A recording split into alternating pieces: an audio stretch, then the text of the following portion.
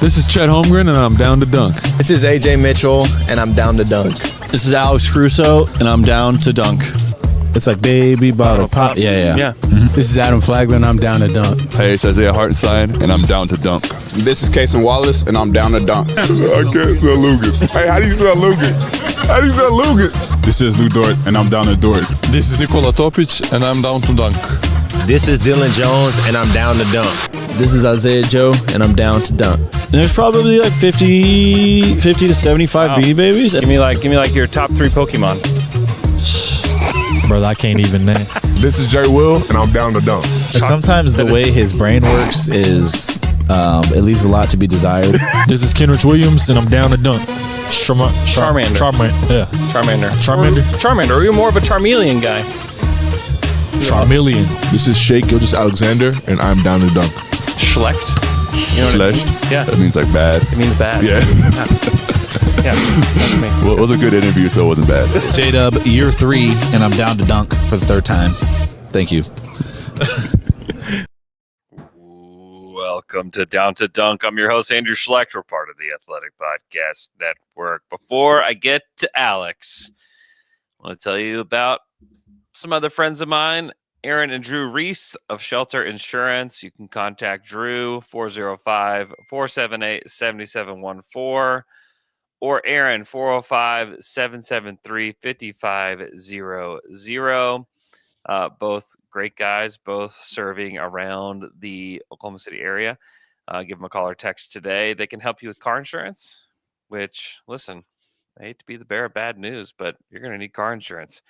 Also, home insurance. You got to have both. And these are great guys that are going to take care of you and probably become your friend too. Let's be honest. These are good guys.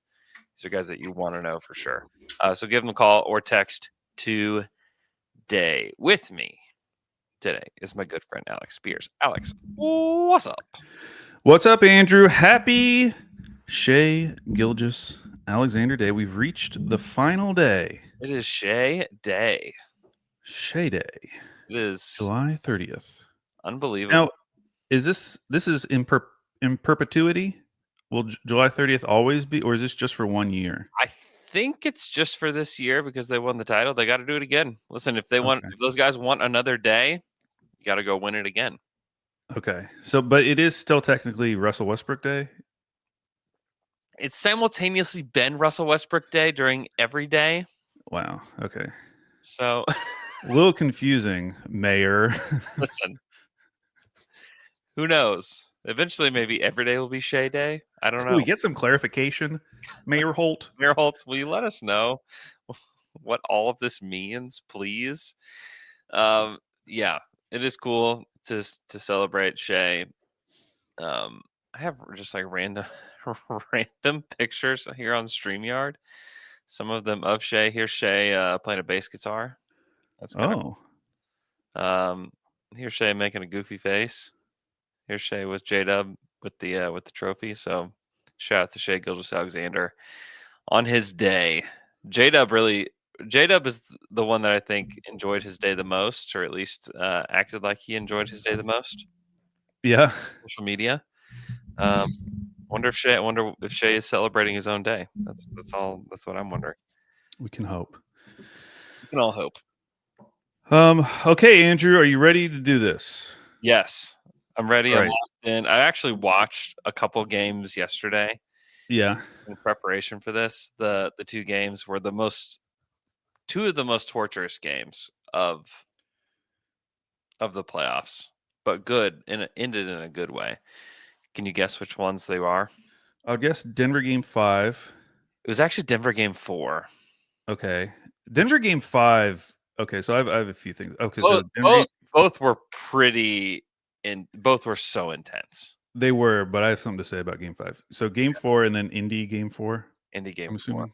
4. Yeah, Indy game 4 was like, even after the Thunder bounced back, and we'll obviously get to this, but even after they bounced back, Indy made another run, and that put them up by 5 late in the game. That just felt like, oh my gosh, like they're not going to win this game. They're not going to win this stupid game. Yeah, so I watched hours of playoff highlights over the last couple days, and I had a few takeaways. One was that I think like your youngest, when he is older and is going back, because he might not remember it, he's like, "Oh, what was this run like?" He's watching these highlight reels.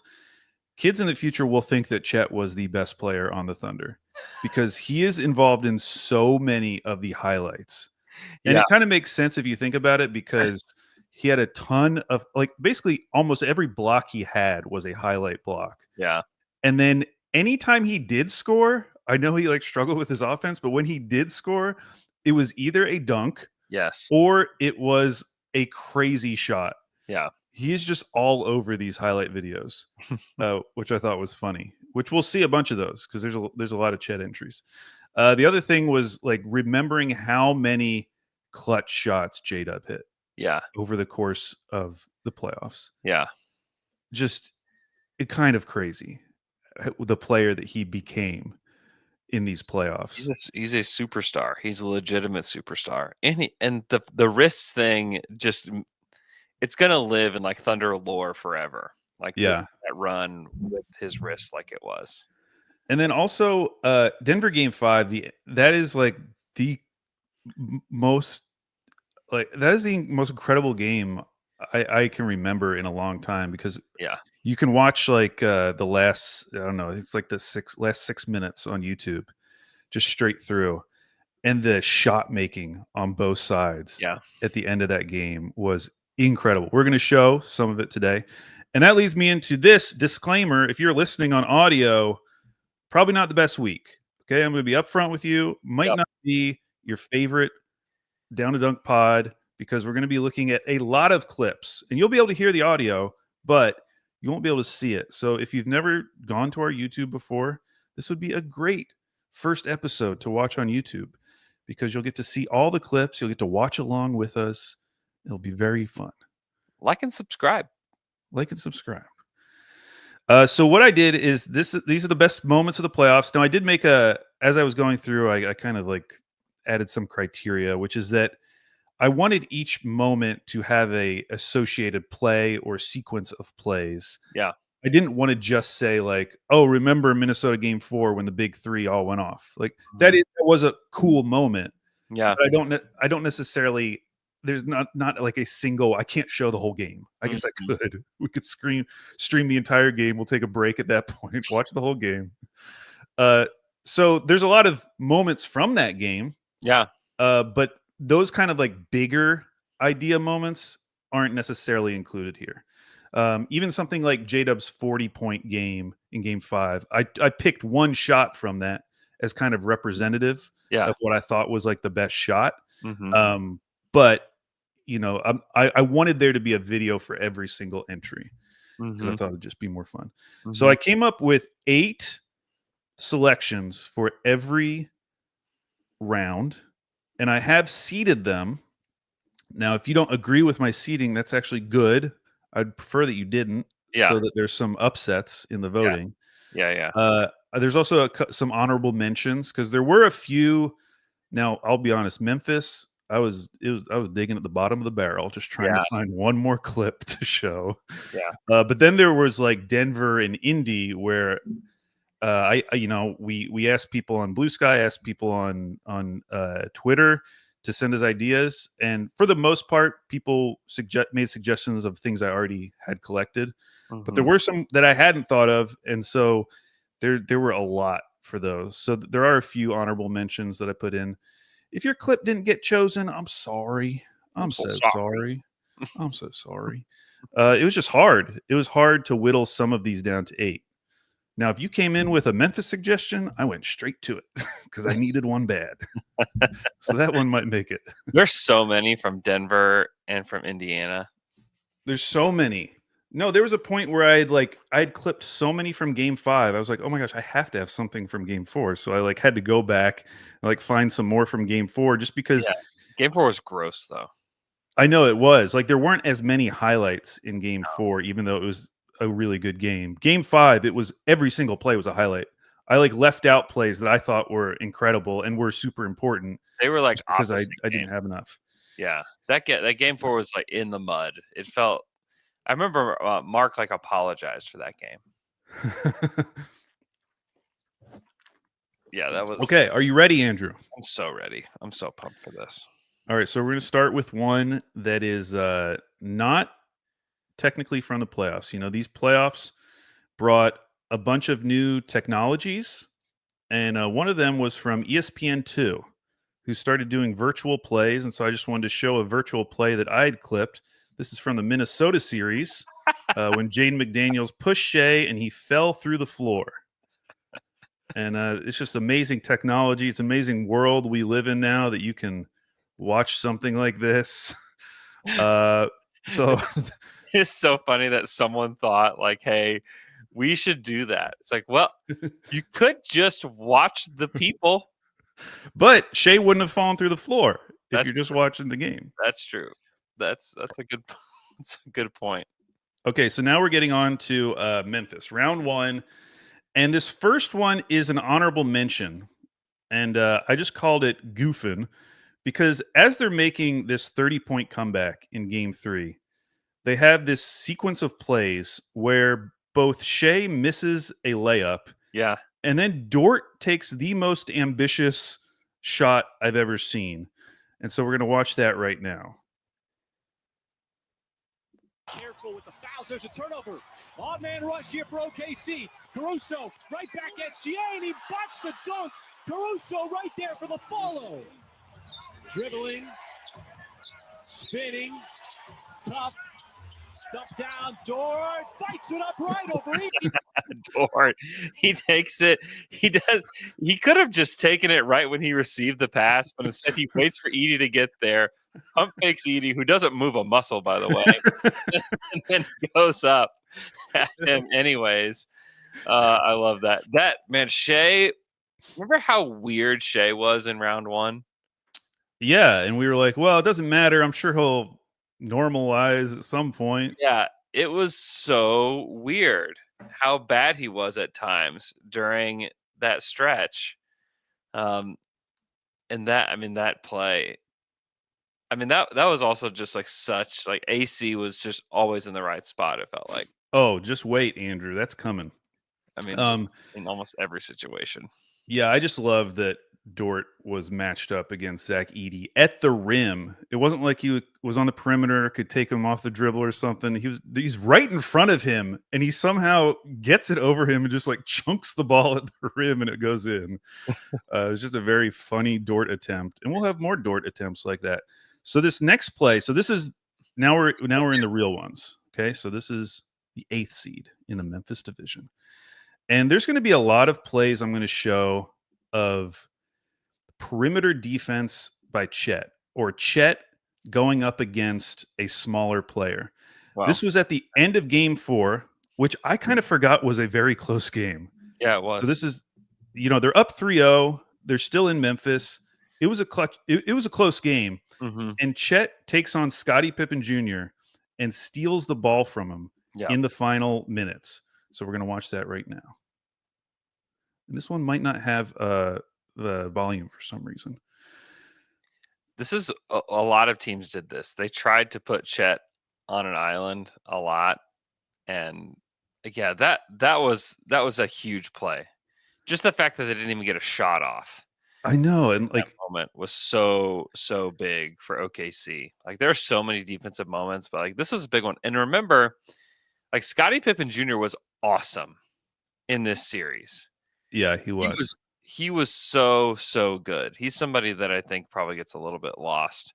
Oh, as the okay, so that was number 8, and like I said, there's going to be some coming up, especially in the Indiana series, that are going to be honorable mentions. But just Chet guarding guards on the perimeter. Yeah, that's amazing. I did want to bring up Shea's shooting splits against Memphis.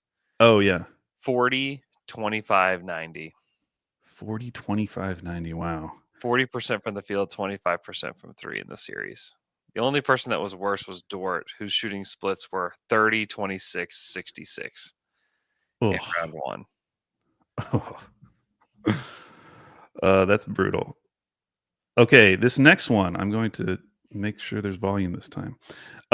This next one, this was right at the beginning of game one. Now, obviously, game one was a blast. Yeah, this is right at the beginning, but what a way to start it out with Chet blocking Zach Edey. And look at this block. Yeah. Best defensive team in the league this year in Oklahoma City. And right on cue with a deflection by Hartenstein. Jackson was open in the corner, missed the three. Edey, what a block by Holmgren. Just an awesome block because he actually misses the rebound. Yeah. And Ja gets the rebound, throws a pretty cool behind the back pass right to Edey, and Chet is right there. Jackson was open in the corner, missed the three. Edey, what a block by Holmgren. Just a great play. So that is our 7 seed. And game one was just a blast because game one was the game where you're just like, oh my gosh, this team is the 0-1 Lakers. They're going to stampede through the playoffs. Yeah. This is going to be so relaxing. We're going to have a relaxing time watching our team win the finals. Every game is going to be like this. It's just going to be highlight after highlight. And it did feel that way briefly. Okay, so Memphis 6, the 6th seed. This was a Dort block that then led to a transition bucket. And what I want you to watch is at the very beginning, Dort is on the ground. Yeah. And I don't remember what happened. Ja may have shook him or something, but he's guarding Ja and he falls to the ground, gets back up, recovers, and gets this block. Now, it doesn't look amazing in real time, but you will see a slow-mo, and it is pretty amazing what Dort did. Why do I have to do this every time? Doubled. Dort hits the tough shot. Well defended, Dort. Williams in the open floor. Goes through the lane, puts it up and in. And now we'll see the replay. Look at Number one this. defense in the league because of great pursuit. And you see it right here on the part of Lou Dort. John Morant thought he was going to be able to get that mid-range off. Instead, the deflection and then this. Changing ends of the floor. OKC thrives on it.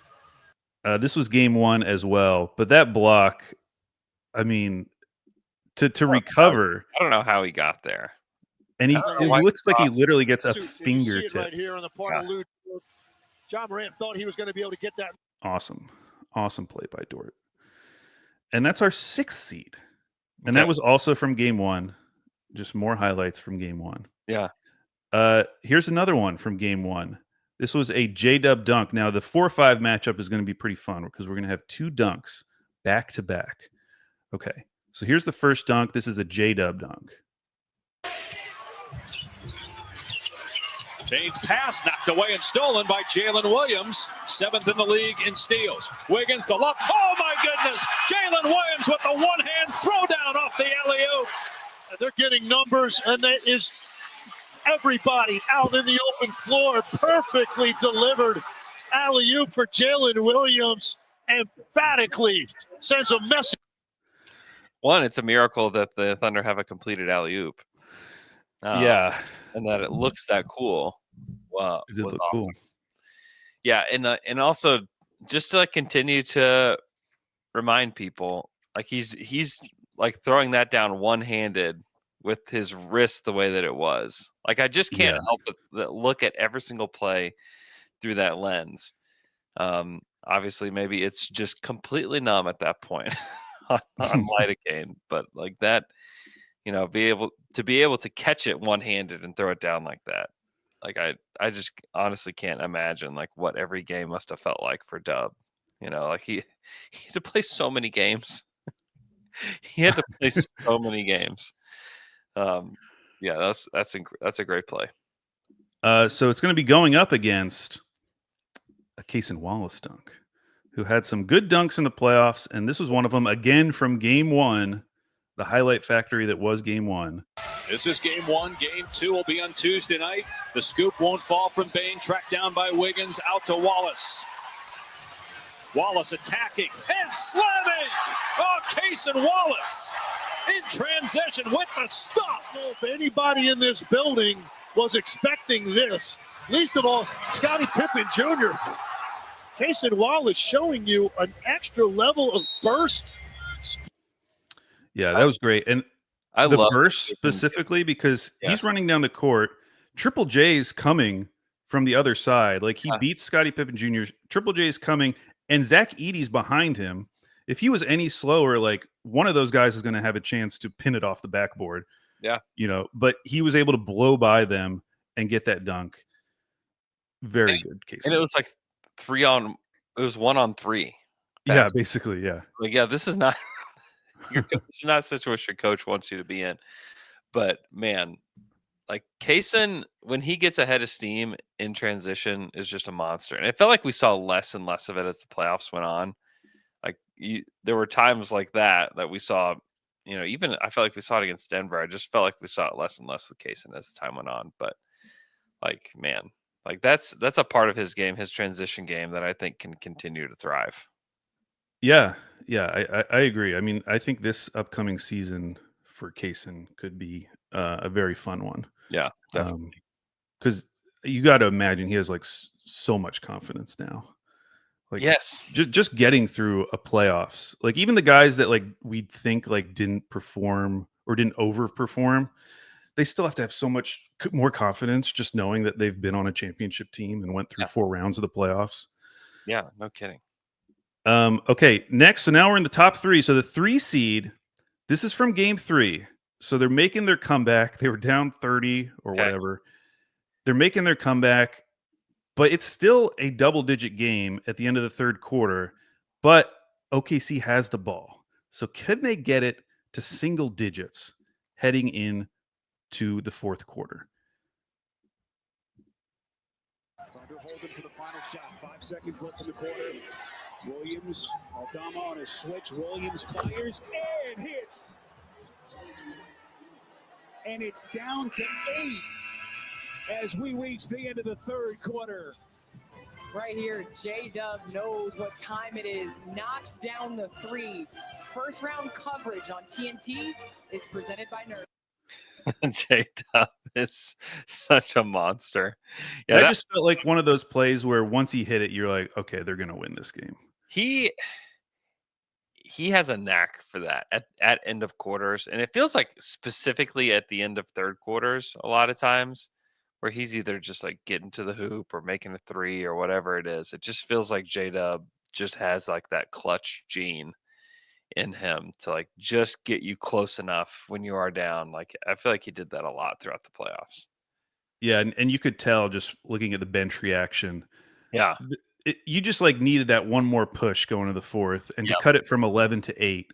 Yeah. And now all of a sudden a game that was 30 is only 8 at the start of the fourth. You're like, okay, they probably got this. Yeah. Seeing they're Shay's going to figure this out specifically. And he's like, okay. Yeah. Like we've got this now. And speaking of Shai, he is the 2nd seed in the Memphis division because here's a shot I personally just forgot because I mentioned that I forgot that game 4 was a close game at the end. SGA had a series winning shot in that game. Yeah. And so this is that shot. This Grizzlies team, let's see if he can do it on this possession. This enables the Grizzlies to play straight up here. They don't have to foul. Gilgeous-Alexander steps back and buries it.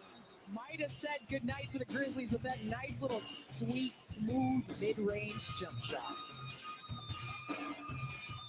Grizzlies dusted off Vince Williams Jr. for that moment. For that moment, yeah. But that was a 4-point game. It was 114-111. Yeah. There's 15 seconds left, and Shai has to do something or they're going to be able to tie it at least. And he hits a filthy step back on Vince Williams, who he got so much space. I was going to say the space he created on that shot was ridiculous. Yeah, let's see where Vince Williams was when this shot was actually taken. Poor Vince. Poor Vince. Yeah, like when Shai goes up, there's a lot of room for a guy who was just on him. Zach Edey could lay down in the space that Vince Williams left. Okay, and that brings us to our final one for the Memphis division. This is the number 1 seed. This is going to be one of the longer videos. I think it's like 1 minute and 20 seconds. Okay, so buckle up. This is the end of game 3. Just play after play of Alex Caruso being involved in everything in the last like 2.5 minutes of that game. Yeah. So it starts out with a Caruso assist to Chet for a 3. Then we see him strip Triple J. then he strips Scottie Pippen, and then he has the run out dunk. And this all happened in like the last 2.5 minutes, basically one play after the other. So this is the Caruso close to game 3. And of course, I need. Pass up the 3 instead, drives, kicks, Holmgren, fires, and connects! Big time delivery from Holmgren to tie it at 108. Officials are letting them play right now. I'm hearing Chris Fisher on the call. I know. It's just you kind of forget. Oh man. Yeah, that was a preview of him guarding Jokic, just stripping a center. Yeah. Over to Pippen, but Caruso not going to allow a shot off. Instead, he rakes it away. Dort on the dive. Flexes. And cat-like reactions when that It is almost not fair to have Dort and Caruso out there at the same time. Missed it outside. Conchar short on the 3. Holmgren the rebound. Outside J-Dub. Up ahead to Caruso. Nobody there. He's going to lay it up and in. 29. And it's come on a variety of plays, partner. That the Thunder been able Conchar did have a wide open 3 to tie it. Started on the initial block from SGA and playing with those 5 fouls, not giving up anything on the drive of Kennard. Conchar, who's a good 3-point shooter, that's why he's out on the floor. AC was incredible. That is incredible. Yeah, they don't get to the finals without him. They don't get past Denver without him. You know, like he made so many plays throughout the playoffs. And they probably don't sweep Memphis there. They probably come back and have to finish it in 5 without him. And also, like, remember early in the season where he just like could not hit from 3. Yep. And then all of a sudden we're in the playoffs, and it felt like there were points where he was our most reliable 3-point shooter. 100%. 100% true. Yeah, he absolutely was. Yeah, you look back at that Memphis series, and as far as shooting, this is crazy. Chet was 42% from 3 on almost 7 attempts per game. Yeah. Against Memphis. He was very good. Isaiah Joe, 5 attempts. Isaiah Joe had a really good series too. He was 42% on almost 5 attempts. Caruso was 38% on 3 attempts. And then everybody else was bad. Wiggins was 30%. Dub was 28%. Dort was 26%. Kaysen was 25%. Shea was 25%. Dylan Jones, 0. Dylan Jones, 0. Okay, so that's Memphis. That's the Memphis division, which means we now get to move on to a much more exciting series, the Denver series. So we do have 8 seeds again, and I also do have 1 honorable mention for Denver. So let's go ahead and share the first one. So this is the honorable mention. This was in game 5. The game is tied 96-96. And Chet blocks a shot, and it leads to a SGA layup on the other end. Just like a huge moment. There's only like 3.5 minutes left. And this did not make the top 8. This was honorable mention. His rebound attempt. Hartenstein there, right place. 96-96. Denver is 1 of 10 from the field in the 4th quarter. Murray drives and Holmgren with the block. Gets the block and the rebound. The rim. Thunder can grab the lead. Stop and go. Gildas Alexander. So smooth. Okay. That game, man, that game. That game 5 was incredible. Just that was play after play. That was at crazy. 4 minutes. That might be number 1 if it was in the Memphis series. I know. Because of the time of possession, and every. I mean, it's just incredible. Yeah. So the top 4 seeds in this Denver division are from that game. Yeah. Just to give you, and they all happened after that play. Yeah. Give you an idea of what's coming up. Okay. So Denver 8th seed. I have an iHeart dunk, and this is from game 4 against Denver because there was a point. So Denver hits a 3 at the end of the 3rd quarter to go up by 6. And then they score the very first bucket of the 4th quarter. So all of a sudden, a game that the Thunder had been controlling for a lot of that game. I mean, they were up 15 at one point. All of a sudden, they're down 8 at the beginning of the 4th. and they just needed like something to just keep them in it, just like a little bit of momentum. And they get this disgusting I heart and one dunk. So we're going to watch that next. And this is a quick one. When you look at the fact that during the regular season, the Nuggets were 20th in defensive rating. They gave up the lob and one to Hartenstein. So that was just a play where they're down by 8. You know, they get the end one. Peyton Watson fouls him hard, but he gets the dunk. It was just a play to just kind of like keep this Denver momentum at bay for a little while longer until the Thunder could figure out what they were doing. Yeah, that game was disgusting. It was an absolutely disgusting game. I feel both game 4s were of that series and the next series were just disgusting games. So the next one, so this is going to be the 7th seed. I wanted to have some video from Game 7 of Caruso guarding Jokic. Yeah. Just like a play that's representative of that, because I do think like that was definitely a moment in the playoffs. And I'm pretty sure Thinking Basketball did an entire video of Caruso guarding Jokic. So this is just a play from that game of Caruso guarding. He actually just strips Jokic at half court, and then we get the run out. Jokic tonight, 20 points, 9 rebounds, 7 assists. Hold on. Sorry. Jokic tonight, 20 points, 9 rebounds, 7 assists. Caruso with yet another steal. Caruso throws it back. SGA. The celebration continues. Timeout. And that was also that was like the only time we saw Sam Presti, I think, in the playoffs on national TV, like of them panning to him in the game. Because I remember that moment specifically, because by that point, Game 7 was over. And this was kind of just like the cherry on top of Caruso guarding Jokic. Yeah. Where it's just like one more time, he's annoying him and just like taking the ball away from him at half court, leading to a wide open dunk. Yeah, it was great. That was a fun game. God, that was a fun game.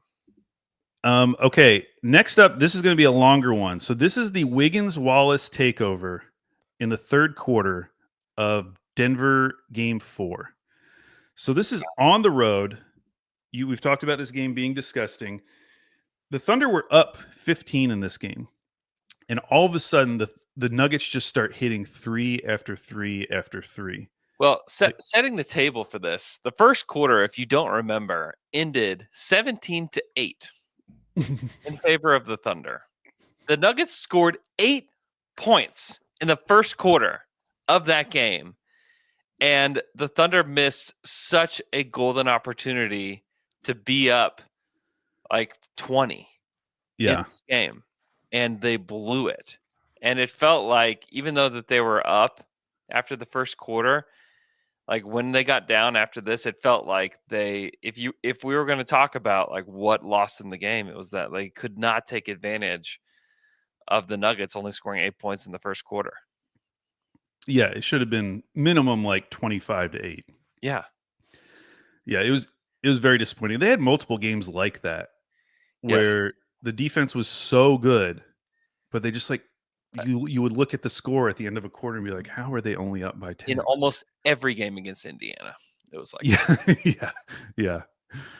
So this one is long. This is a minute and a half, and it's because I left in the Denver shots, because I think that's an important part of this, which is that even as Wiggins and Kaysen are hitting these shots, Denver is answering every single time.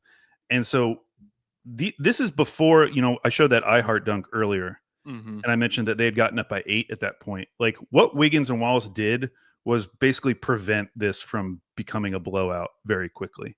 Because the start of this video, you're going to see 2 back-to-back threes from the Nuggets that both cause a timeout from Mark Daignault.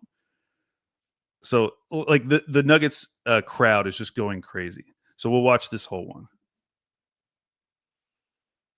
And of course, it starts with a Chet turnover, which hurt to watch as well. I'm not seeing it, Al. Oh, That's because I'm watching it by myself, Andrew. I I was didn't. like, I didn't share it. I'm waiting for it to pop up. Alex is just sitting here enjoying it on his own. Okay, here we go. Yeah, I led with this moment just because like insult to injury, it just like starts with like a Chet handling turnover. It's just like, oh my gosh, come on.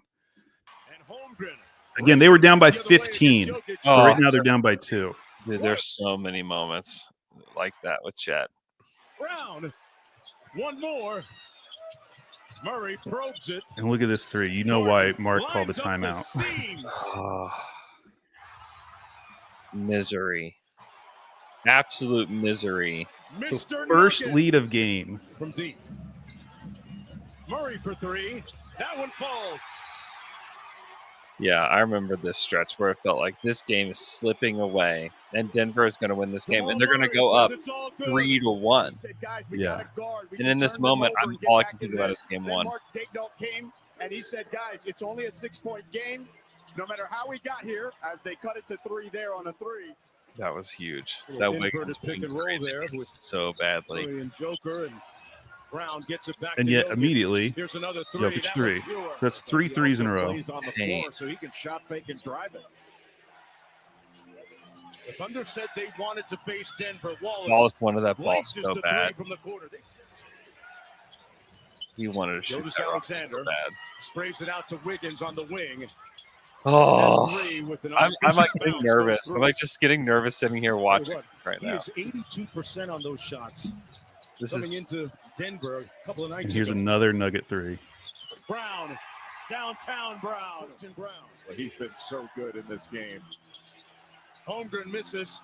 Boy, a little room service for Wiggins. And that was a great one because it's Wiggins. Kaysen coming under the basket, just poking the ball towards Wiggins, who gets the layup.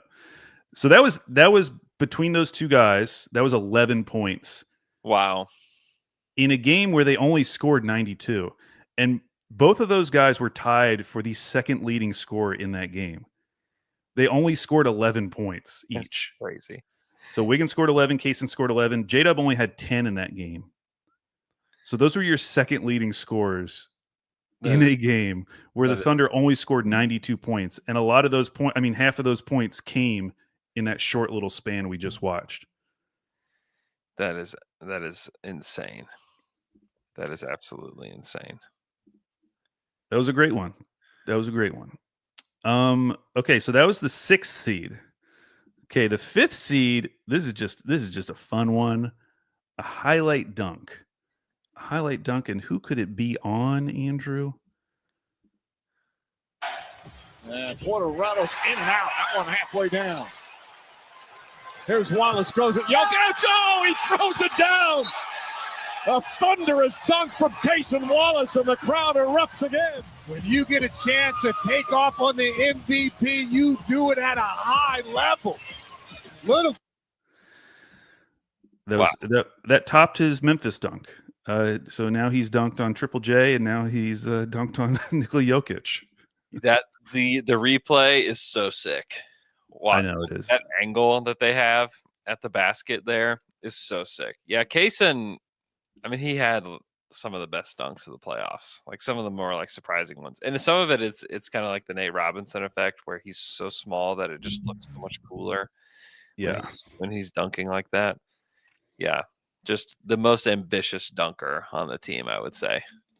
So these next 4 all come from game 5. And they are not in chronological order. They're just by order of what I thought were the best moments. Yeah. So the first one is an SGA and 1 against Jamal Murray. Doing it all. 41 points, 15 Why does it do that sometimes? You know what I mean? Sometimes it doesn't. This part doesn't go away. Okay, let's try again. There we go. Doing it all. 41 points, 15 rebounds from the Joker. We are knotted up at 100. We approach 2 minutes to play. Switch out front, Gilgeous Alexander with Murray. The packet, the fade. It's got it! And the foul! Also, what an obvious foul. Yes. Jamal Murray, what are you talking about? getting the MVP chance. Yeah, let me look at that foul one more time, Jamal Murray. What are you getting so upset about? 100. We approach 2 minutes to play. Here's Alexander with Murray. The packet, the fade. Falling into him. So obvious. Okay, so that was tie game at 100, 2 minutes left, and Shea gets this N1. That was one where like the whole last 5 minutes just felt like just so tense that entire time. I can't imagine what it would have felt like to like be playing in that game. Like I cannot imagine. Okay, the 3 seed is there's going to be a play that's going to be number 1 in this division, which you could probably guess. But after that play happened, it's still a 3-point game. And so something still has to happen, similar to the Memphis game 4, where like we still need one more score, even though they just had an amazing play. And so this is the SGA dagger 3. And the rebound controlled by the Thunder. We're going to hit the 1 minute mark of this fourth quarter. 3-point lead for OKC.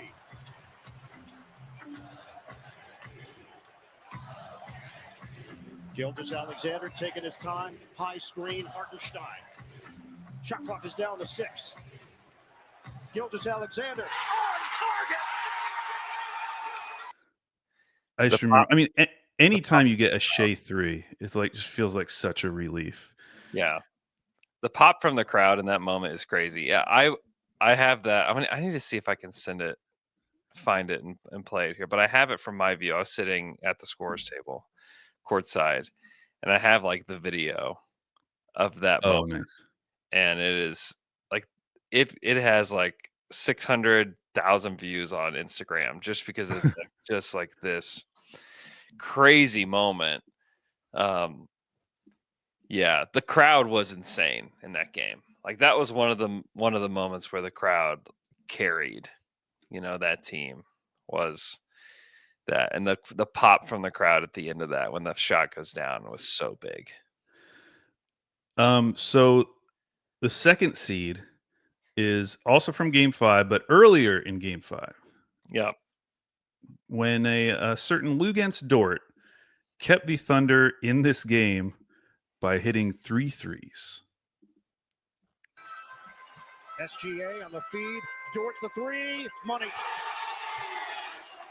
Dort was determined to take that shot. His aggressiveness getting into the paint has caused all kind of problems. Lou Dort bangs it home. Williams swing to Williams. This is the bigger Jalen on a kick. Lou Dort got a 3. The Thunder were so down bad before those 3 threes. And like just for people to remember, Dort was shooting like 15% or something like that from 3 up until this game. And he was benched in that game 4 that we just showed clips from the Case and Wiggins. He was benched at the end of that game and Mark didn't bring him back in. And we thought, okay, well, maybe this is a trend now. Maybe just Kaysen needs to play more. Maybe Wiggins needs to play more. Maybe that's what's going to happen here. And Dort goes 4 of 8 from 3 in the game and hit those 3 that it was. And also, you can be as extreme as like the Thunder don't get through, Denver without those 3 threes. Like it just doesn't happen. And also to set the scene, Jokic in that game, 44, 15, and 5 with 2 steals, 5 of 7 from 3. And Jokic couldn't hit threes in that series up until this game too. Yeah. He hit 5 on his own. Just incredible. And it's just such a great example of like who Lou Dort is, because he sincerely does not care. He sincerely does not care what he has shot before the current shot he's taking. Oh, if you had told Thunder fans, like right at the beginning of that fourth quarter, hey, Lou Dort's going to play this fourth quarter, that right there would have freaked out some Thunder fans who already were like, Mark's got to sit him. And also, he's going to take 3 attempts in a row. You would be going crazy. You're like, no, what's happening? Because in my mind, at that point, I would have thought, oh my gosh, like their offense is just in the mud. It's ending up in Lou's hands, and he's just having to take threes. Like that, we're getting back there. And for him to make all 3 of those at a time when Denver was still hitting their shots. I mean, he hit that first one, and they went right down and hit another one. So by the end of those 3 threes, it's now a 2-point game, whereas it was a 7-point game at the beginning. I mean, he really prevented that game from getting away from them. Lou was 2 of 10 from 3 in the previous game. Yeah. In 19 minutes, he took 10 threes in 19 minutes. That's like bubble Lou. Yeah, it was. It 100% was. Okay, so that brings us to the number 1 seed in the Denver division. You probably know what it is, but I wanted to extend it because we all know that his wrist was hurt. We all know he hits this 3. But I think even more important context is what happened the very play before. The play immediately before Dub hits that 3 with the wrist. And so I included that in this. So this is going to be a little bit more extended because you're going to get to see the Denver play before it, the reaction to it, and then we'll see the Dub 3. And here we go. Defended by Dort. Jokic trying to break away from Holmgren. Murray. Kick it out. Jokic. 7 to shoot. His team is down by 3. Pirouette tosses it up. Oh! That stupid shot. That absolutely bonkers stupid shot. Even hit. And by the way, that's the Oklahoma State wrestling coach. Yeah. Olympian. The craziest thing about me is when they pan to the Nuggets bench, they're like more in shock than anything. Yeah. They're not even going that crazy. It was shocking. That was shocking to everybody. From the Joker. I mean, yeah, it's good to get that context there. Because, boy, yeah, that happened right in front of me. Jonas Alexander gives it up for Dort. Oh, the Dort pump fake is terrifying. It's like making my heart rate jump watching Dort pump fake. God, what a great pass from Lou! I know. Incredible pass. Yeah, let's watch that Dort pass again. Dude, that Dort offensive possession shows his growth. Pump fakes, like he had room to shoot that over Jamal. He didn't take it. With 8 to shoot. Some help from Murray. Catch, open again, swing. Williams on the way. Connects. And you can see like the pressure that SGA puts on this defense, because once it goes out to SGA at this point, like Jamal Murray should be on Dort. Yeah. But he's so worried about SGA. And so as a result, J-Dub's man, who's Aaron Gordon, like he feels like he has to close out on Dort because Dort hit those 3 threes in this game. And so you get this wide open shot from Dub. Some help from Murray. Kick, Dort, extra. Williams on the way. Connects. Yeah, if you want to blame anybody there, it's Jamal. If you're just overplaying Shea, but at the same time, like you get it. Yeah, you get it, but he gets so turned around to where he can't even recover. Yeah. Okay, so that was Denver. That was the Denver series. A lot of good ones in there. Yeah, that feels like. I mean, it felt like the conference finals. You know, so much less so than the Timberwolves did. Like that, man. That series was incredible. The Thunder like had to grow so much, and like if we were doing the opposite of this, like the like top 8, plays of the playoffs for each series, which we could probably put together. It would be hard to put together for Memphis, but and even probably for Minnesota, but like you could definitely get 8 moments that were just like gut punches. Oh, we already know the number 1 for both Denver and Indiana. That would be easy. That Jokic 3, the turnaround 3. I mean, that was such a crusher because the Thunder, the play before that was the play I showed earlier, the SGA N1. Yeah. So like you have this amazing moment where you get this N1. Now you're up 103-100. It's like, man, if we can just get a stop, like we're going to be good. Like you feel some momentum, and then you have this possession from the Nuggets where it's just strung out all the way until the end, and then they get one of those shots. I mean, it was kind of equivalent to like the Dort moonball shot, but in a way more important spot. Yeah. Just the end of that game, the Russ Aaron Gordon shot was so crazy. Yeah. That you know what the worst part was looking at these highlights? So many of the highlights were plays from game one at the end, like Thunder highlights. Yeah. Like they had so many good plays at the end of game one while they were choking that game away. Dude. Yeah. But like they got like a clutch offensive rebound. They had that out of bounds play where like Shea was just like unguarded going towards the rim. Like they did a lot right, but they lost that game. Just absolute misery. Do you want to take a break before we go to the conference finals? Yes. Let's take a break before we move on to the conference finals. We will be right back.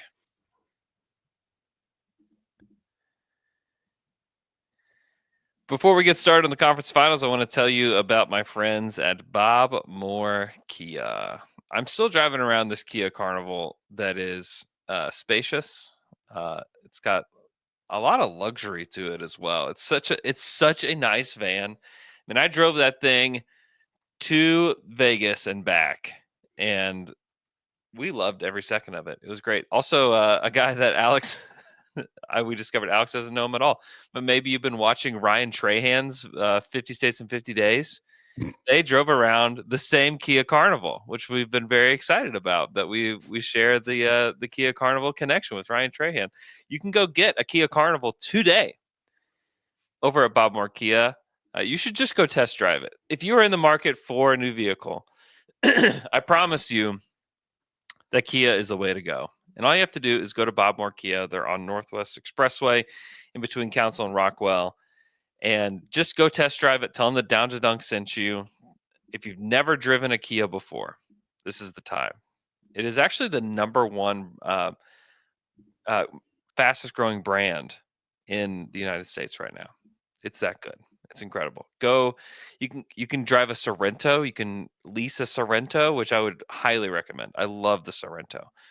You can finance it at 1.9 APR for 60 months.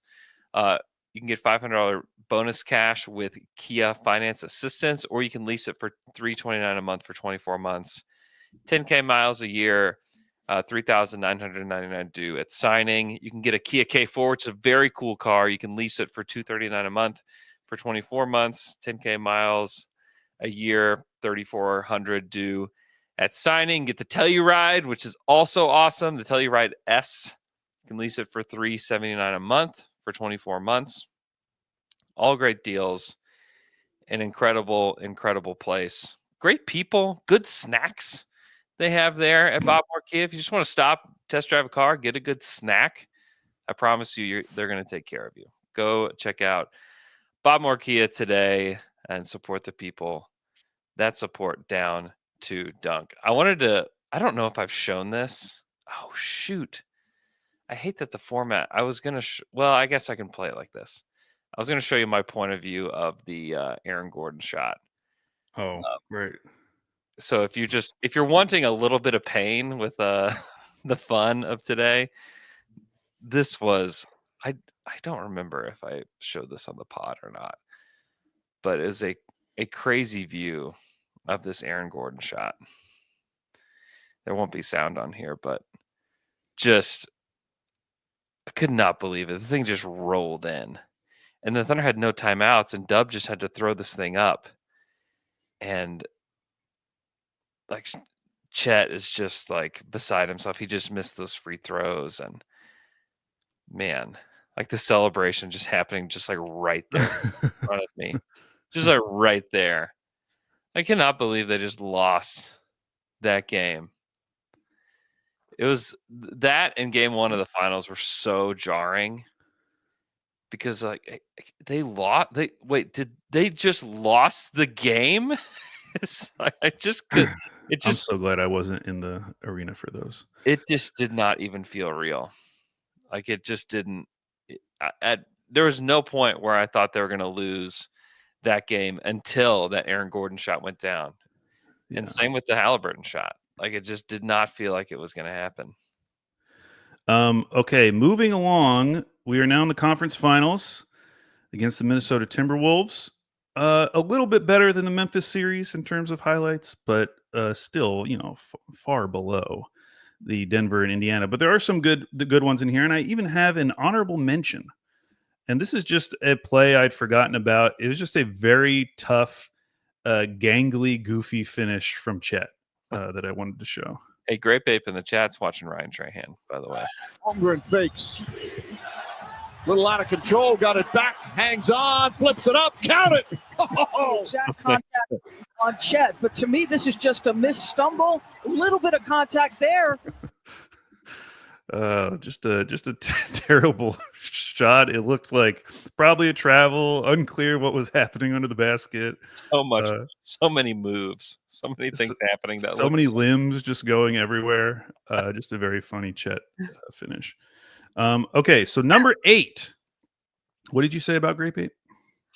I said Great Bape has been watching Ryan Trahan too. Oh, really? Yeah, I was going to say one of my takeaways from Summer League was that YouTube influencers are bigger than NBA Summer League players, or even like NBA stars. I would say then 90% of the guys that are playing Summer League, the YouTube influencers are way more famous. Yeah, like LaMelo, definitely bigger than YouTube influencers, but like the other NBA players, like they can't compete with these guys. They were just like anytime there was one of these YouTube influencers, there's a mob of kids. Following them. Yeah. It was crazy. And people our age are like, who is that? Like, who are they? Who are they trying to talk to? I kept going to the creator game roster. Yeah. Trying to figure out who this guy next to me was that was being mobbed by kids. And they all have the dumbest names. Like, oh yeah, that's Flub Jub down there. Yeah. Yes. Who's the Jazz guy? T-Jazz. T-Jazz. Yeah, T-Jazz. Which sounds more ridiculous than anything I could make up. Like Flub Jub actually is probably better than T-Jazz. Okay, so Minnesota, the highlights aren't as good. This one, in comparison to some of the ones we've seen, not amazing, but I did want to put an iHeart play in. So this was a play where iHeart caused the strip and then got the lob on the other end. And this was game 1. The Randall-Jalen Williams matchup will be fun. Hartenstein knocks it away on the double team. Wallace, alley-up to Hartenstein. Defense to offense, okay. And that was that first quarter of game 1 where they just the defense just destroyed Minnesota. Yeah. I think Minnesota had some absurd number of turnovers. And that particular type of turnover became a theme of that series, which is Julius Randle backing down, not realizing that there's another player coming to help and just steal the ball from him. That happened a lot in that series. Made Randle, but Randle was cooked by the end of that series. Yeah. He was absolutely cooked. Yeah, they in that game 1, it was actually a pretty close game at half. And then the Thunder won the third quarter 32-18, and then the fourth quarter 38-22, and won 114-88. Like they just demolished them in the second half. This next one is the only one that is not an on-court play, and it's because I kind of forgot this had happened. But yeah, SGA had his MVP presentation during this series. Yes, and I was like, well, that's probably worth a moment. So here it is as the 7th seed, SGA getting his MVP from Adam Silver. J-Dub. For you, it's always been team first. But you led this team to the best record in the NBA, the most wins in franchise such a history. goober, man. Congratulations. You are the NBA Kia MVP. Kia MVP. Is Adam Silver AI? Have we thought about? He does talk like what you would imagine like an AI robot would He talk. talks and moves and even claps as if he's AI. He talks as if he's getting the script read to him like seconds before he says it. Yeah, it's like, hey, Adam Silver, has like this chip in his brain. Like, we know what Adam Silver talks like, but we're gonna go ahead and just program this man. Yeah, it'll just be easier. Let's just program him. That's the way it looks. But yeah, that was a cool moment, especially coming off of the Denver series. Good Lord, what would that have been like? Would it just been like Shea at home, then set up a little studio or something? It's like when Dirk, yeah, I forgot how they handled that. Yeah, I mean, they still awarded it to him during the NBA playoffs. Yeah, and it was absolutely miserable for him and the Mavericks. I mean, and just to know that we were a Game 7 away from the number 2 player continuing on in the playoffs and Shea getting awarded from home or at an empty arena or something. We were a game. Yeah. Or just like Game 4 going awry, or Game 5. Not all the shots going down for them in Game 5. I mean, it's crazy. So like, it's funny because they did like the presentation to, like, he gave his speech, before that. And I, this is so crazy. I was at my in-laws' house. We were swimming, and I by this point, like, you're just a little bit zapped because there's so many games, there's so much going on. And not only I'm covering the Thunder, but we're doing stuff at Athletic NBA and like Athletic NBA Daily. And there's just so much going on. And so it's like, I just want to take a day to just hang out. And it's like, oh, Shea's getting awarded the MVP today. I'm at my in-laws with I'm in like sandals and like shorts and a t-shirt. And they're like, and they send out this email to like, hey, come see Shea's MVP speech, or it's like media are invited to see Shea's MVP presentation, and it's in like 45 minutes. I'm like, oh my gosh. And so I had to wear my father-in-law's clothes to this because I was not going to go in shorts and a t-shirt to this event. And like, Amy and the kids, like, we're just throwing everything in the car and like we're rushing over. I mean, it's just like funny to think back on moments like that because it was just such a whirlwind time. And everyone was talking about it through the first round and the second round. Like, when are they going to do this MVP thing? Yeah, I know. And then the games were so good, you like almost kind of forget about it. Yeah. And then they just spring it on you before game 2. Yeah. Okay, the 6th seed. Honestly, that the way that Adam Silver says it ruins it. Well, that's why it's a 7 seed. NBA, not any higher. Kia. And I'm a proud supporter of Kia. But like, what should be emphasized is the MVP. But what's emphasized through that whole thing, through his AI speech, is Kia. Yeah. And I like Kia. I love Kia. But come on. It's the MVP. Okay, the 6th seed in the Minnesota division. This is just a nasty Chet oop.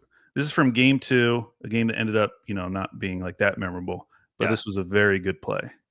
Xander Walker finds Gobert, knocked away by SGA. Here comes Wallace, alley-oop to Holmgren.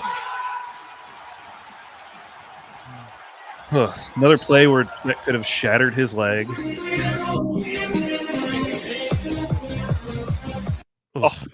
God, the way he lands. I hate the way he lands. All these transition moments, like so many of them involve Casey Wallace. Yeah, for sure. Ugh. Okay, so the 5 seed, another Chet play, probably my favorite Chet play. One of my favorite Chet plays from the playoffs, which is him taking on Naz Reid.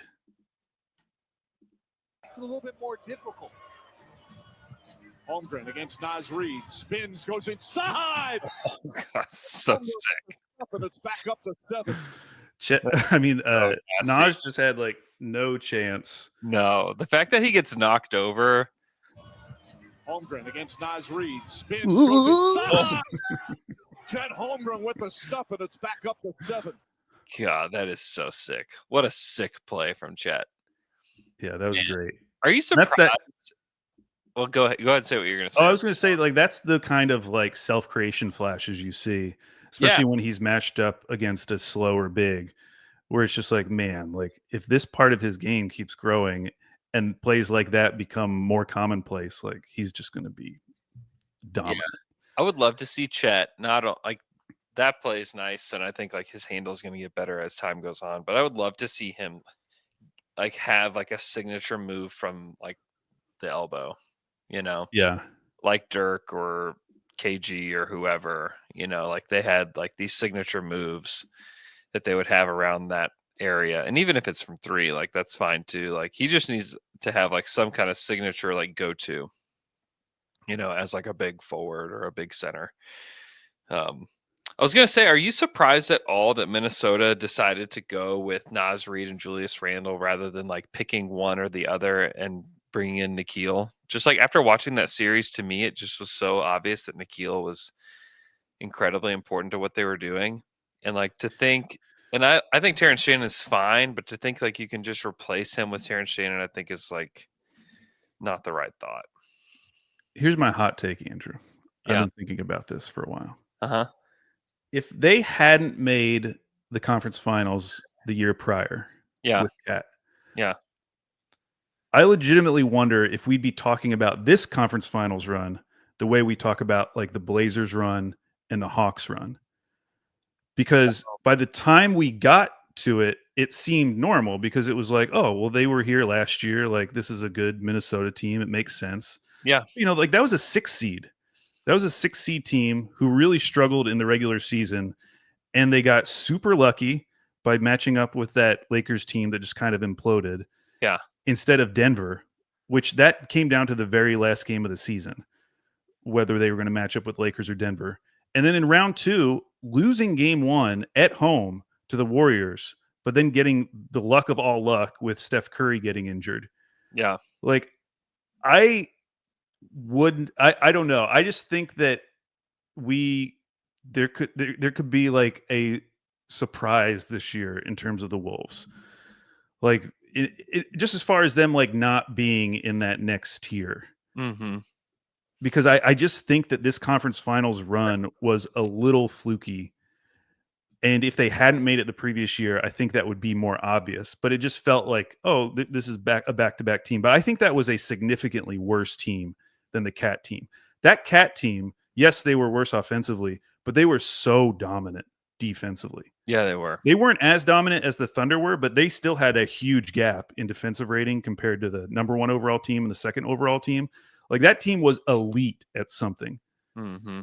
And they were a deserving, in my opinion, I mean, they were very deserving conference finals appearance because they beat Denver, the defending champion, on the road in a game 7. Like that was a legitimate Timberwolves team.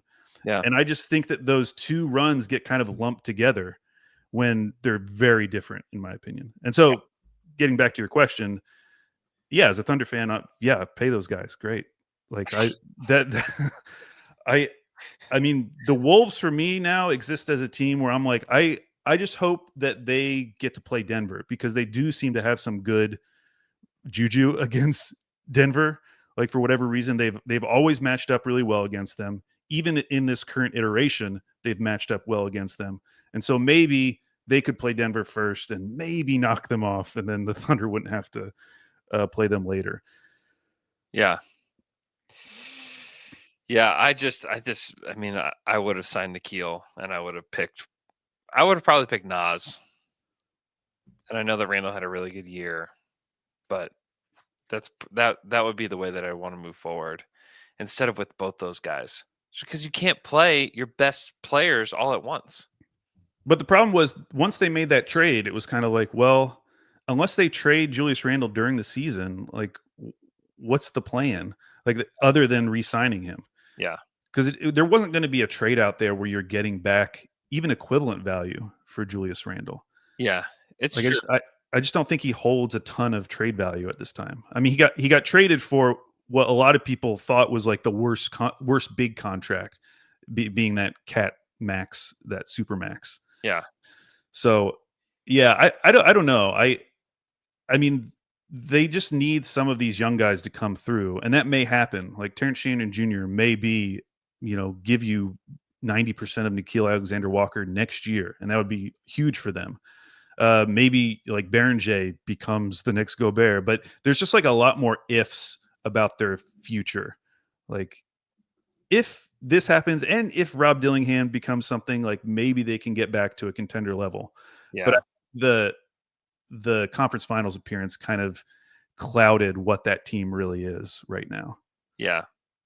And do with this what you want, but like people are yapping here and there about how the Warriors were saying that the Rockets were a tougher opponent. Oh, in the first round, yeah. Mm-hmm. So I don't know. Do with that what you will. Okay. Minnesota 4 seed. SGA falling down, making a basket. SGA falling down. On Dort. Backs in. Tries to split the defense and lost the ball. Foul. Bucket. Count it and one. Some Shea sizzle here on the fourth.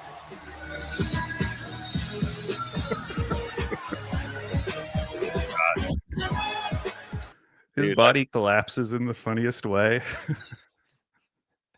It really did. Man, I miss being in that arena. What a fun environment that was. For those games, yes. Yeah, for those games, it was. Okay, the 3 seed, game 4, the best game of the series. Thunder up 120-116 with the ball towards the end of the game. It's still like this game is still in the balance. And who hits another dagger 3? 8 on a 24. Williams puts it in. Jackie Williams answers once again. From that spot, too. Yeah, same spot. Play one more time.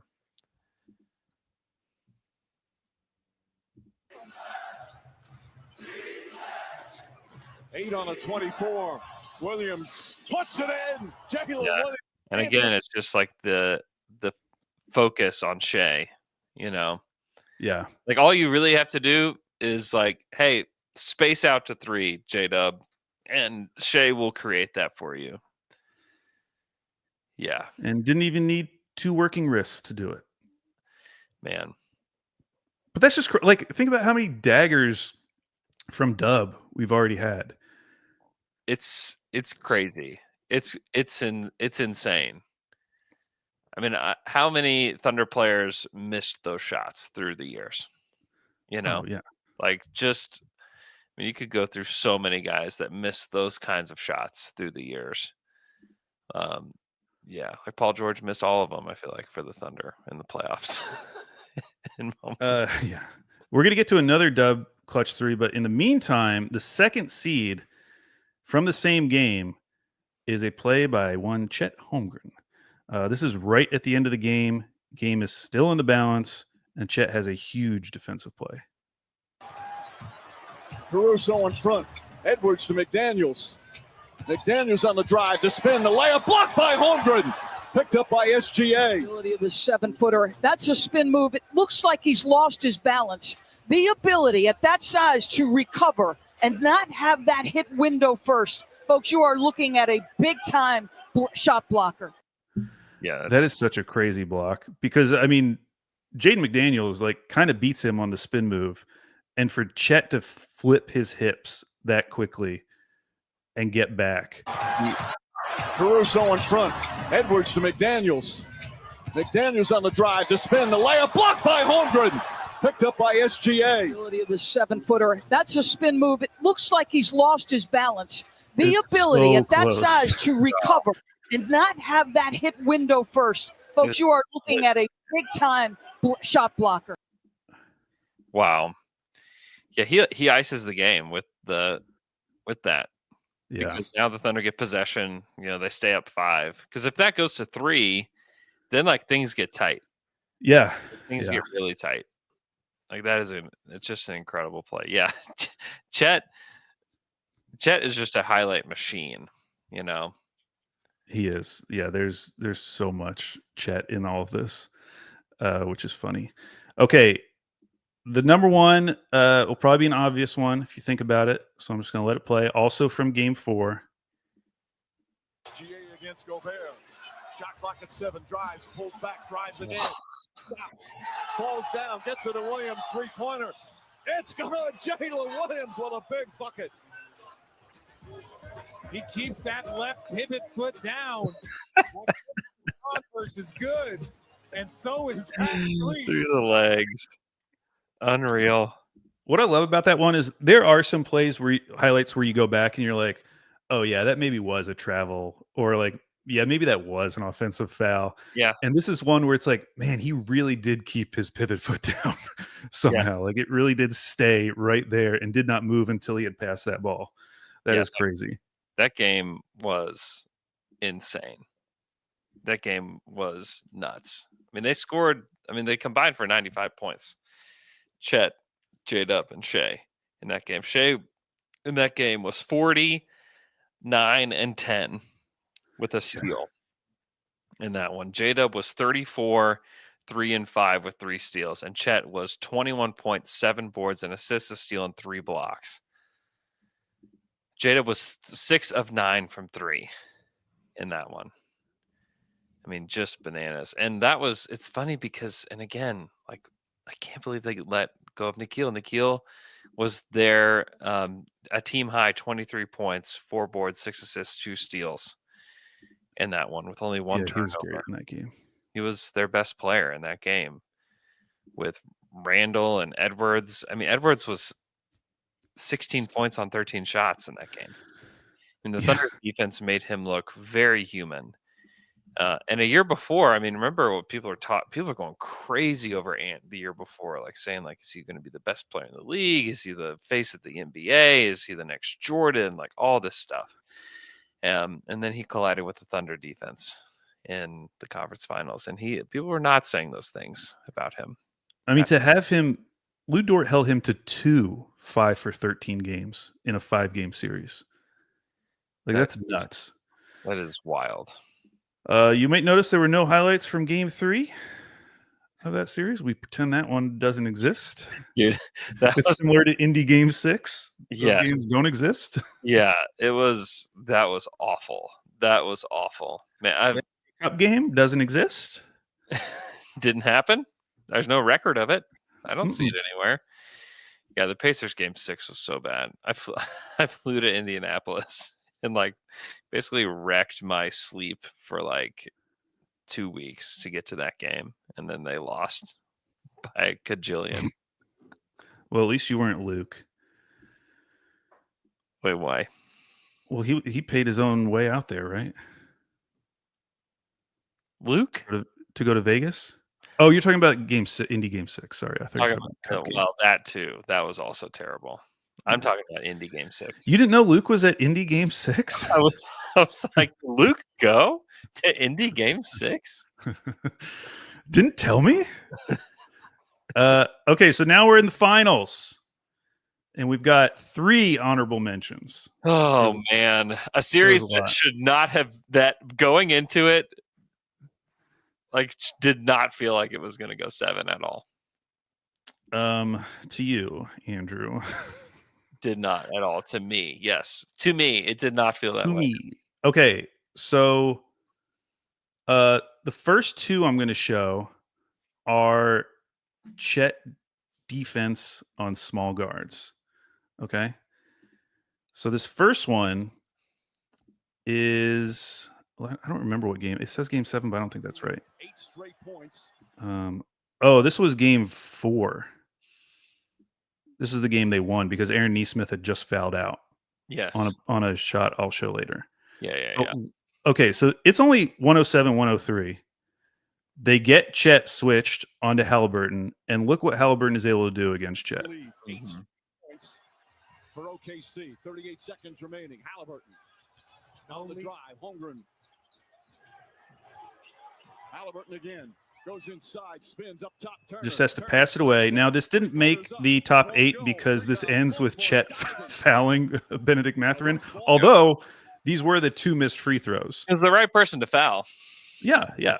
So smart play, honestly, by Chet. That's what he was trying to do, obviously, if you're watching it. But just seeing him contain Halliburton, this like clutch god in the playoffs, in the biggest moment of that game, where Tyrese just had to pass out. Dude. Yeah, they were trying to. I mean, they did that all the time where they did the double screen to get Chet onto Hallie. Like they did that so many times. And there was a possession not that long before that one in that same game where Halliburton hits this crazy shot with Chet defending him, and so it's like that. That was a really good moment for Chet to kind of get some redemption after Hallie kind of getting the best of him not that long before then. Okay, so this next one is from Game 7. The game felt pretty much over at this point, but we had just come off of that run by TJ McConnell where it's like, oh my gosh, can please someone stop him? Golly. And so this is Chet guarding TJ McConnell and then getting a block. McConnell goes right at Holmgren, pulls back out again. Across the lane, spins, finds Neesmith. Blocked by Holmgren. Just like crazy dominant. Just completely walls off TJ McConnell. Can't do anything. At times in the finals offensively, but not defensively. Guard the toughest guy to guard tonight. Yep. That's such a good play. That is a great play. God, TJ McConnell. Like it's a cute story looking back at it now, but in the moment it felt like I can't believe TJ McConnell is the guy that's shaping this series. Like what is happening? And there was a brief moment in the third quarter where you're like, oh my God, they're going to win the NBA Finals because of TJ McConnell, because we cannot guard him. Yeah. Yeah, TJ was incredible. He had 16.6 boards, 3 assists, a steal, and a block in Game 7. He was great. Okay, this next one, another honorable mention. This one is probably my favorite on slow-mo, so I'm just going to play it. Okay. Shot do we want to get? How do we want to attack them? Hartenstein, backdoor for Lou Dort. Gets inside. Oh, little razzle-dazzle from Dort. And Lou Dort with the backdoor cut. French is his first language, but he knows how to use English on that backboard. It's just the craziest Dort finish ever. It was like such a good finish. And they're like, yeah, he knows how to use English on the backboard. Have you watched Dort ever? What are you talking about? And it was at a point where, it's game 7. Yeah. It's quarter 1. Yeah. Halliburton's healthy or not injured. And they're already down 11-6. And you're just like so nervous. You just like want them to get a bucket. And for that to be the bucket, you're like, okay, all right, I'll take it. But I still feel great. I remember I was sitting next to Joel Lorenzi, who's now working with us at The Athletic, covering the Bulls. But I just looked over at him just like, you've got to be kidding me on that one. And it's funny, I talked to Michael Cage at the championship parade about like them not being able to call. I was like, did it just kill you not being able to call the games during the playoffs? And he was like, yes. So because these guys that are calling it don't know our team. Right. Like they just don't know our team, and they don't know, what they're saying half the time. I just thought that was really interesting. Oh yeah, I'm sure there's a few coming up that they would have like really loved to call. Yeah. Okay, so we're in the 8th seed. Those were just honorable mentions. It was a very entertaining finals. Oh, it was. 8th seed, another Chet play. Everyone will remember this one because it was so goofy. Did not score, and that was instrumental. Chet Holmgren drives. Oh, he puts it up and in. That's a difficult shot with Turner right on top of him. It must be nice to be 7 foot and then just figure it out after you jump. He sees the shot blocker, avoids it, but look, eyes on the rim. Yes, his body's twisting, but look, his eyes are on the rim. The whole time watching it drop in. That, as much as it looked like a lucky shot, the amount of That is such insane touch.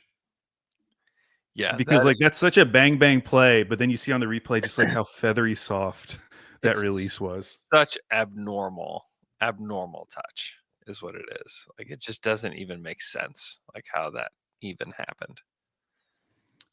Okay, number 7, 7th seed in the Indiana bracket. This was an SGA 3 in game 4.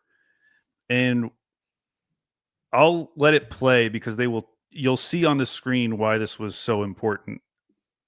Because this was kind of at like a random part of the game as it was like getting as it was tightening up. Checks the screen. It keeps that other defender away, and down he goes.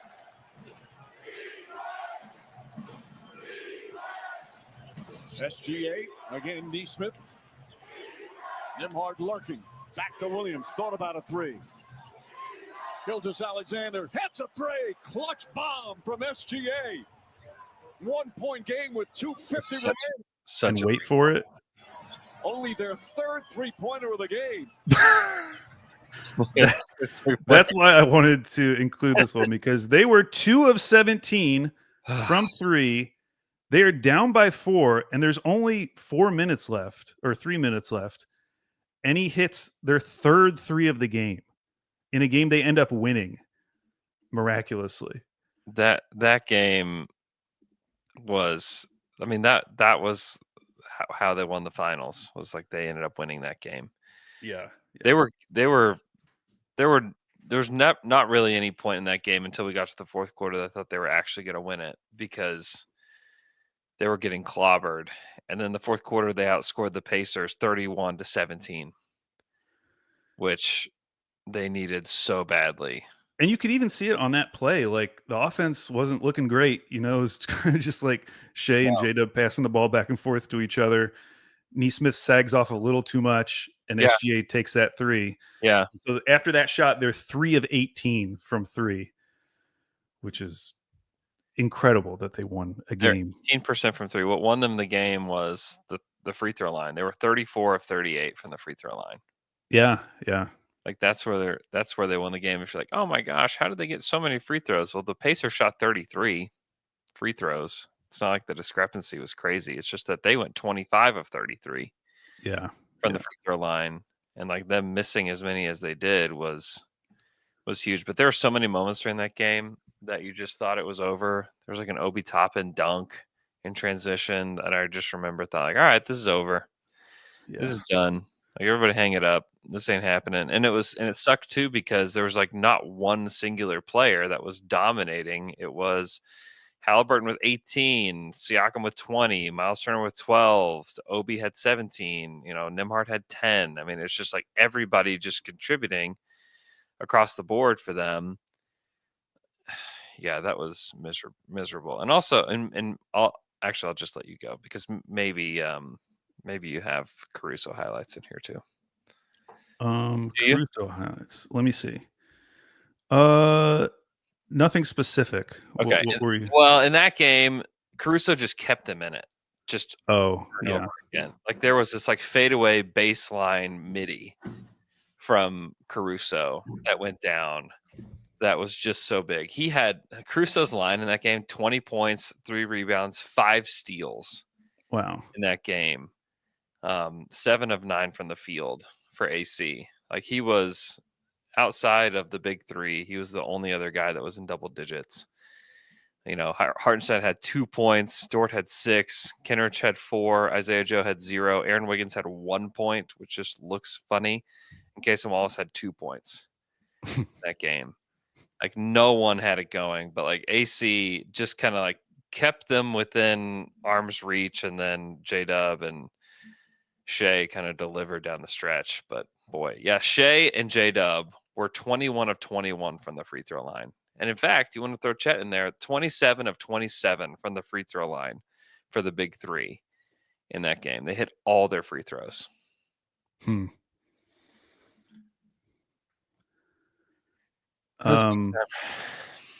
Okay, the 6th seed in the Indiana division, maybe the most athletic play of the playoffs. This is from game 1. To Neesmith. Neesmith the drive inside. Blocked by Dort. Oh, what a rejection from Lou Dort. SGA drives. The finish. It's good. Watch this challenge. Straight verticality. Then the block. This is ridiculous. Stay straight. Those arms can come over if contact force. God. Unfortunately, that was game 1, but that was an example of like the highlights at the end of game 1. I mean, plays like that should have won them the game. Yeah. And they did not. Yeah. Yeah, no kidding. I know. It hurts that you have these highlights from game 1 where like that, it just, and I don't even know, it wasn't, there were some things that felt a little similar to game 1 against Denver, but game 1 against Denver felt way more self-inflicted.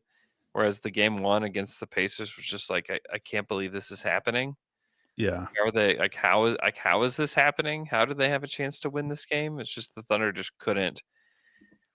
It took the Thunder almost. I don't even know if you could say they had the Pacers defense figured out to this point. Like the Pacers just defended them so well. Yeah. Throughout that series, and in game 1, it felt like it was a little bit of a shock to them. Okay, the 5th seed is from game 5 and is the final shot from J-Dub, which got him to 40 points in the game. Conference finals at Madison Square Garden. He can get hot. Williams has been hot all night, falling away. Got it! 40 points for Jalen Williams. Tight spaces. It don't matter if it's in transition, defense, taking his turn. Little MJ turn. I just love that because, I mean, at the end of this like massive game for him, I went through and watched that whole game. Like that is like one of the best shots he made in that game. Yeah. And it came at the very end after he had played like so long in that game, played so well, and still has the ability to make that kind of a shot over Neesmith. It is a legendary game. 46-4 with a steal. Just an absolutely legendary game where they like needed it really badly. Again, like so many of these other guys were just not playing well. Chet had 9 points on 15 shots. Hartenstein took 2 shots, had 4 points. Dort had 9 points on 7 shots. You know, nobody on the Caruso had 2 points in that game. Like it was just a struggle. And for him to get 40 and to like cross the 40 mark was just like, it was just really cool to see that. Yeah. And like you go back and I think it's like 9 other guys in the history of the NBA have 40 points games in the finals. It's just beyond crazy. It's something that I really look forward to talking to him about before the season starts because he's had time to kind of reflect a little bit. Like we tried to get him to talk about that game after, like in so many different ways. And he just was, I mean, I asked him, I can't remember if I read the list or if I just told him that there were 9 other players that had scored 40 points in the NBA finals, you know, before. And he said, all I care about is getting one more win. Like that's like, that's all he wanted was to get one more win. So, I mean, it was a kind of a crazy moment to look back on. So now we're in the top 4. The 4 seed is probably, I mean, this is probably top 5 most important shots of the playoffs. And it was probably one of the most controversial in terms of being dissected over and over again. Yeah. So this is from game 4. Yeah. Gilgeous-Alexander on the drive, pulls back, baseline jumper's good. OKC with their first lead of the second half. And Shea, little push off, slips, and he steps back into another time zone. That mini master taking the lead by 1. I will say, those kind of like going to commercial breaks, I feel like Richard Jefferson does a pretty good job. Those have to be really hard to do. Just like come up with something to say. Yeah, RJ. But yeah, I don't know if you heard it, but the announcer said their first lead of the second half. Yeah. And that was with like 2 minutes left in the game. They were down by 1, 103-102. and he gets the push off, but then you can see that Neesmith trips over his foot as he's falling back, which is why Shea looks so goofy, because Shea's like foot is held up for a second. Obviously became the source of much dissection because of the way people were talking about Shea, but ends up being one of the most important shots of their playoff run. Yeah, incredibly important. And it's funny because like rewatching that game, there are so many points where they had a chance to lead. Like Caruso goes to the line, the Thunder are down 1 point, and he goes 1 of 2. And then like the Pacers just continue to just push and push and push back. Like that was the moment where they finally broke through, and then Benedict Mathurin just missed so many free throws. He did. There are so many moments, and we're actually talking to Scott Agnes today for the Athletic NBA Daily. Just like what absolute like whiplash that fan base has to feel at this point, Yeah.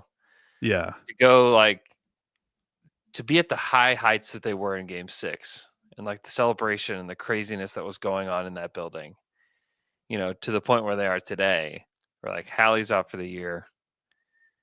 You lost Miles Turner, who was a guy who had been around forever, that like they just refused to trade. And then like now it's like, what are they even? Like, what is that team? And like, so that was kind of like part of like why I wanted to have Scott on, just because it's like, what is this Indiana Pacers team next year? Like, what a crazy story.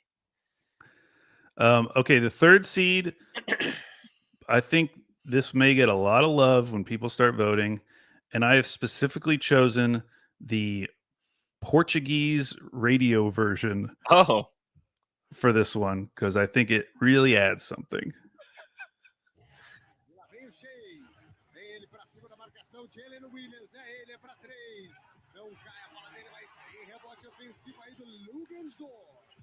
No Dort entrega de volta aí com o Shea Gilgeous-Alexander. Vai ele, acabou perdendo a bola aí o Shea, não. Ele não cometeu turnover, mas vai estourar o tempo. Lu de longe.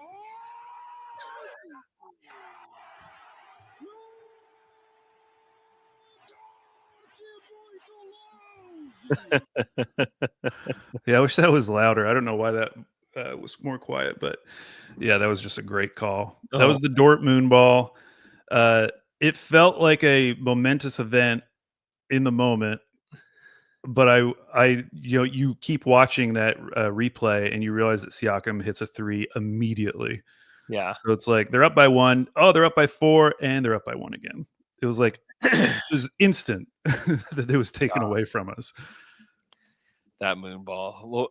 I had to ask Lou about it after they had won the finals, and like I just have to ask him about it, and he was so funny talking about it. You can go find that video on our YouTube page where I interview him. It's about halfway through the video. It's a little short interview with him, but you should go check it out because it's really funny. It's really funny hearing Dort talk about that moon ball. Okay, 2 left. The 2nd seed is one I originally had as the number 1 seed. This is the big 3 threes in Game 7, which kind of blew open the game. And let me adjust the sound. They're 10 of 20 from three-point range. SGA tries to answer and does. His first three-pointer, he was 0 for 5. Dort, good job on McConnell. Shot clock at 7. Knocked away by Williams. Turnover. Here's Dort. Dort as deflected by Turner out of bounds. Alexander doubled. Finds Holmgren. Holmgren nails the 3. His first three-pointer. It's been tight throughout. McConnell poked away. Another turnover. Gilgeous-Alexander. The spin. The pass. Williams open 3. That one bounces in. Timeout, Indiana. Yeah, that's huge. That was just such a moment because one, I didn't remember that both of the 2nd and 3rd threes were started with a turnover on the other end. Yeah. So it really did have this like snowball effect feel where it just felt like, oh my gosh, we are rolling now. And for that final three from J-Dub to like bounce out first and then come back in. I mean, the crowd was just, that was the loudest point of the game. And that was one of my other takeaways watching these is you can tell it was loud, but I'm telling you, like in the arena, it's so much louder. Yeah. It is like overwhelming in those moments. Yeah. When Dub hits that three. And that was, I mean, that game was still very much a game. Mm-hmm. I mean, you saw with the Dort moon ball. I mean, it was a 1-point game after Siakam hits that three. And I think they mentioned at the beginning of that clip, like the Pacers were 10 of 20 from three. Shea hit that. Shea three was his first three of the game. He was previously 0 for 5. And so for all those guys to just hit in a row, and the fact that you needed Dort to like not turn the ball over or to score in that moment to have like this perfect chain of threes. It was just an amazing moment. It was very cool. The moment that like completely turned the game and won them the finals was a three from all three of them. Yeah. It's very, very cool. So this last one was actually listener submitted. A few people had suggested it. And so I went ahead and included it at number 1 because it's one of those ones that I think is just hard to really slot in. So this is the final substitution in game 7. Yeah. So Chet gets fouled and you finally get like this relief of like, oh my gosh, they won. We actually won everything. Yeah. So this is one's going to be a little more extended as well. And also look at how Chet is fouled. The three can't get it to go. And a loose ball foul. I'm just going to play that one more time. Look what Obi Toppin does to Chet. The three can't get it to go. And a loose No one seems to notice. I know.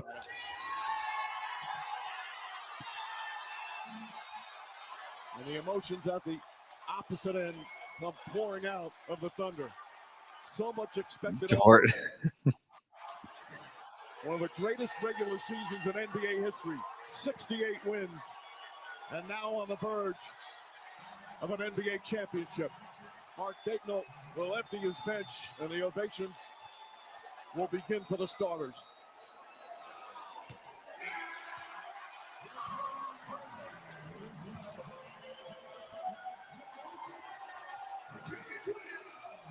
And also emptying his bench is Rick Carlisle. What a finals this has been.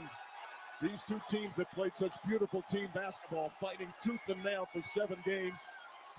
Unfortunate for the Pacers to lose their star early here in Game 7. And the Thunder dominated in the Yeah, it was very cool. I have an extended version of that from my seat where you can see like Caruso and everybody just kind of like embracing Mark in that moment too, which was very cool to watch. Yeah, I mean it's a hard one to supplant because it's like the moment where like everybody's realizing that like the Thunder are going to be NBA champions, and something that has been so because they've had so much success and they've done such a good job team building throughout the years. Like we've talked about it so much. Yeah. It's like a topic that if we were somehow a Charlotte Hornets podcast, like we wouldn't ever talk about it. We would never talk about them winning the finals. Like it's just something that doesn't even come up. But because you have Russell Westbrook, Kevin Durant, Paul George, Carmelo, Chris Paul, SGA, J-Dub, Chet, like throughout your history, like you're going to talk about it. Like you're going to talk about them winning the title. And for so many years, it just eluded them. And like just to get to this point where it's like, yes, they actually did it. They actually did the thing that we've been talking about for so long. It still just feels so surreal. And like see the confetti fall and to watch the celebration. And yeah, huge shout out to Ben Golliver because like I have like a cork from the champagne bottle like sitting in my closet. Like it's just like it just feels like just still there's parts of it that doesn't even feel real, that it actually happened. Like they actually won the championship. It's just very, very cool. Yeah, that was the moment where it finally felt like you could audibly say like, "Oh my gosh, we won." Yeah. Like that game was over. It was over, but in the arena, it did not feel like it because you were just like, there was no amount of points they could be up by. Yeah, well, also just because of the Pacers themselves. And, like, Yeah. even the Hallie wasn't there, but it still felt like. And I think they cut it to like 12 or 11 at some point in the fourth quarter. Mhm. And so like you just weren't relaxed, even though you felt like, okay, we should win this game. We're probably going to win this game. Yeah. But that was the moment where it was like, okay, finally I can just like relax and like let out all this emotion. Yeah. It was very, very cool. Yeah, it was So those were the most best moments of the playoffs. I'll probably try to put these up on the Down to Dunk account so Yeah. we can start voting. Yeah. And I'll see if I can actually attach the videos or not, because that would be cool to be able to rewatch them. And so, hey, let us know, what was your all-time favorite moment from the playoffs? Do you have a favorite moment when you look back? Is there like, what's the first thing you think of?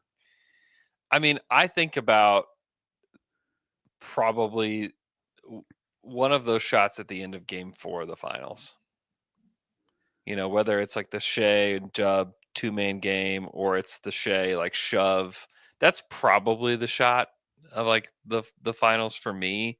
Yeah. Like that Shea shot was such a big one. And like the Game 7 was very cool, but like whenever I think about like the moments that won them the finals, I think about that Game 4 because there were so many pivotal shots down the stretch of that game. And then I think about probably Denver Game 4, Denver Game 5. Like those are like the 3 games that stick out the most to me throughout the NBA playoffs, that like the iconic moments, you know, like those are the ones for me, because like that it took like the clutchness that it took, it's incredible. It's incredible to think about.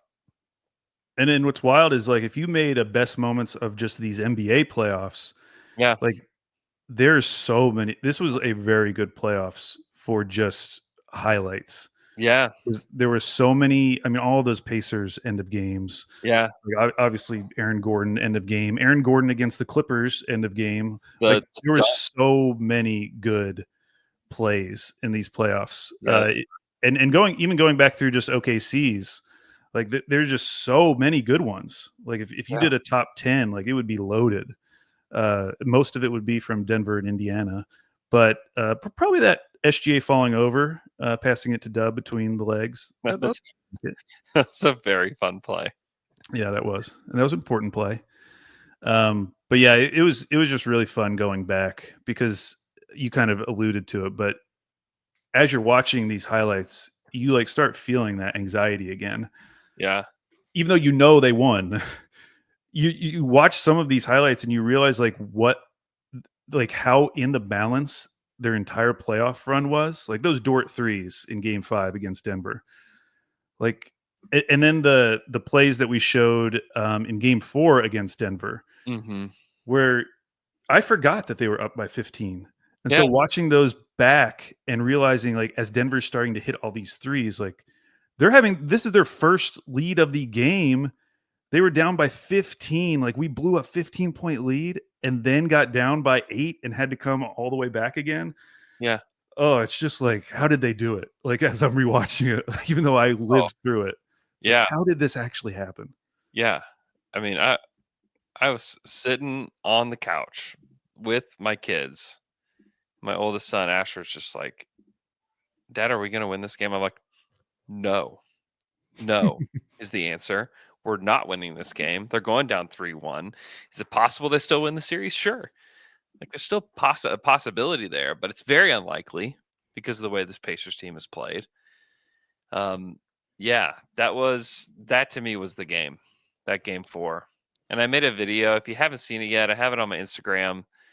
I can't remember if I put it on YouTube or not. If I haven't, I'll put it up on YouTube as well. But I asked people to send me like their pictures of them either celebrating or videos of like you during the game of just like feeling Oh yeah. stress.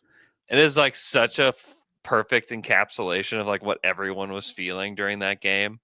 And some of them are of like wives taking videos of their husbands just acting like complete psychos like during the game, which is just it's great. It's great. You should go watch it. It was my wife's idea. It is a very fun video. Yeah, I love the ones where it's like a grown man, like dad, like trying to explain to his like 3-year-olds like how important this is. It's so funny. It's like that was the best sports moment of my life. You know, and they're like, "What? What's happening?" It's so good. You have to go watch it. It's so funny. It's still like gets a lot of play on Instagram these days because it was just like it was to me it was the moment of the playoffs. I mean, it was absolutely the moment.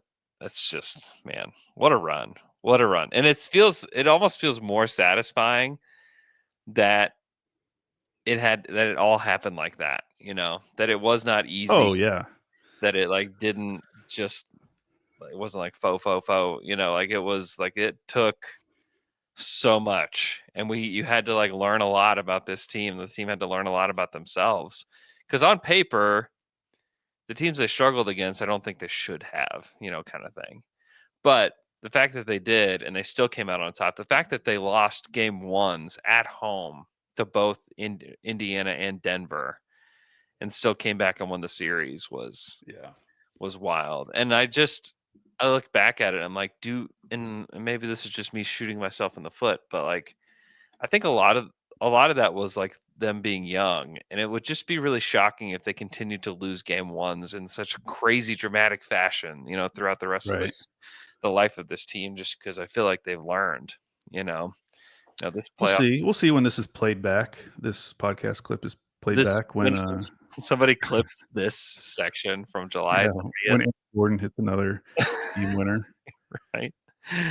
Oh man. Yeah. Okay. So you are gonna be able to vote on these through the Down to Dunk Twitter account. So be sure to go and take a look at that later on and vote. We'll give updates on what the moments are. Appreciate you guys tuning in. If you're listening on the podcast app, which a majority of you will be, it's way more fun to go. You can put it on your TV, you can watch it on your phone, whatever. But it's just much better to watch this one. So go to YouTube, search Down to Dunk. Go ahead and hit subscribe if you haven't done that.